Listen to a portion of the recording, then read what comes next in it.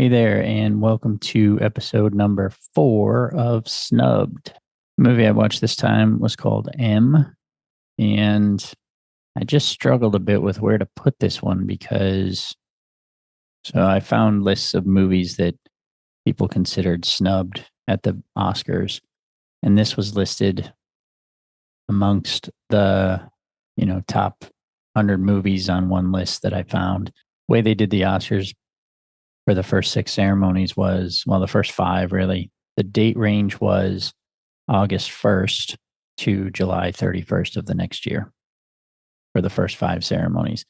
The 6th ceremony was from August 1st, 1932, all the way to December 31st, 1933, probably just to encompass the 33 movies, because then in 1934, it started with calendar year. So it was January 1st to December 31st. So this one, I had placed it after the 30 to 31 Oscar ceremony, which was the 4th ceremony, is where I kind of put it in this line of, oh, this is where I'm going to insert it in these snubbed episodes. But then in looking it up to kind of see where they all actually fell, it was released in 1931 in Germany. It was not released in the United States until 1933. So I thought about moving it to 1933, like after the 1932 to 33 Oscars, but there's already 2 other movies at that time. So, and since this technically did come out in 1931, I'm putting it here. I don't know if it was truly snubbed. I don't know where it would have been snubbed, if it would have been even considered for the 1930 to 31 Oscars or 31 to 32. Well, it came out in, when did this come out? August of 30. I don't know when in 31 it came out. So I don't know which one it would have been considered for, but I'm putting it here. So maybe it doesn't belong at all in here, but I watched it anyway. So the movie, as I said, was called M from 1931. And it is directed by Fritz Lang, written by Fritz Lang and Thea von Harbo, produced by Seymour Nebenzahl, starring Peter Lorre, Otto Wernick, Gustav Gründgens, cinematography by Fritz Arno Wagner, edited by Paul Falkenberg.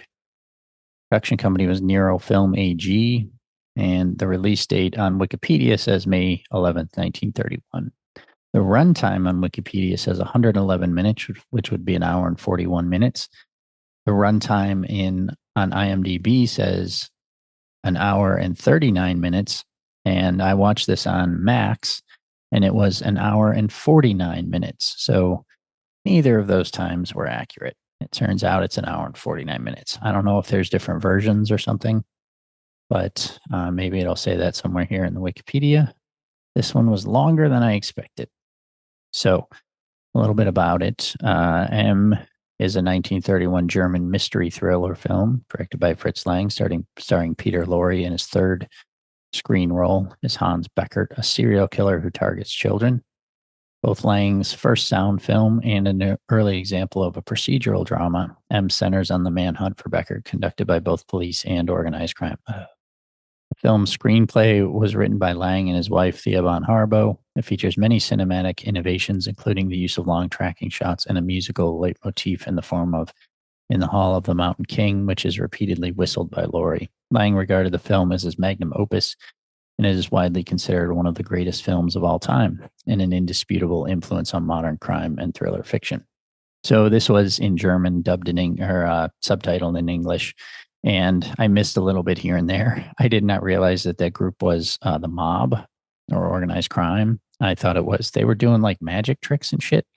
So I thought that they were just criminals, to be honest, because they were trying to rob a bank or something too. So, but that makes sense that they were the mob.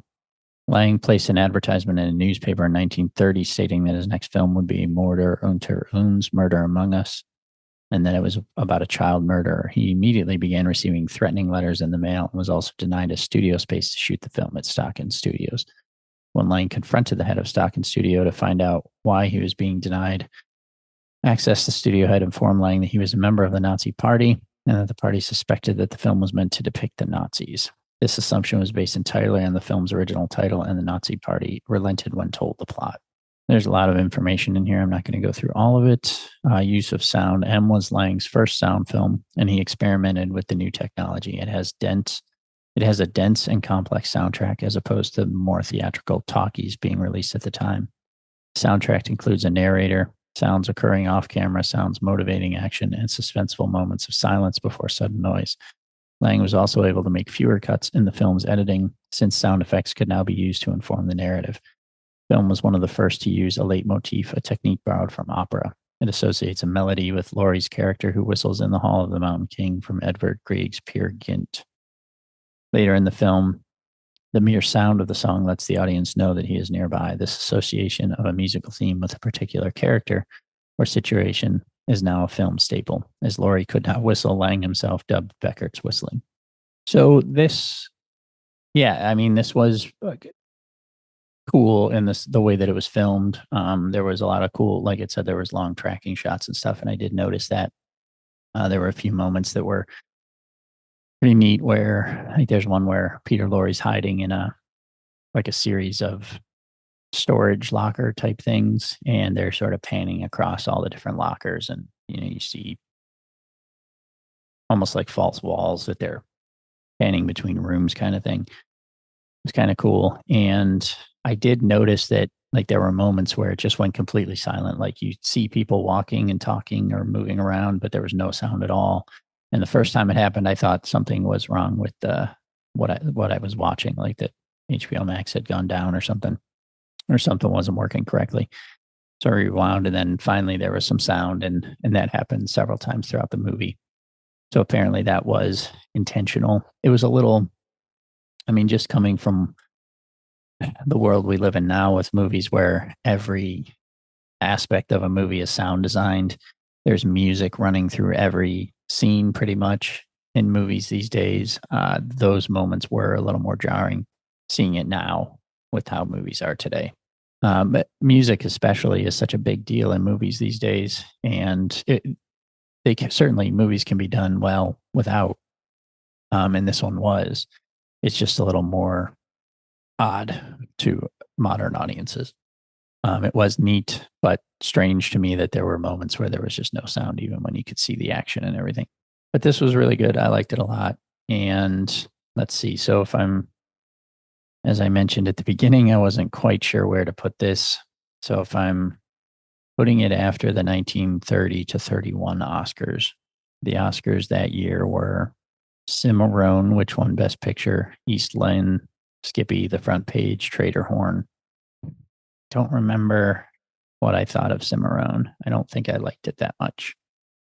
Skippy and The Front Page I liked a lot. This one was pretty good. If I'm comparing it to these movies, I might maybe put this first or second, and maybe would agree that it maybe should have been nominated at least. If it's for the 33 Oscars, Cavalcade won. I did not like Cavalcade. My favorite movie from that year was I'm a Fugitive from a Chain Gang. I don't know. I think I still liked Chain Gang better than this one a little bit, but this was pretty good. It could easily have deserved to have been in either of those years.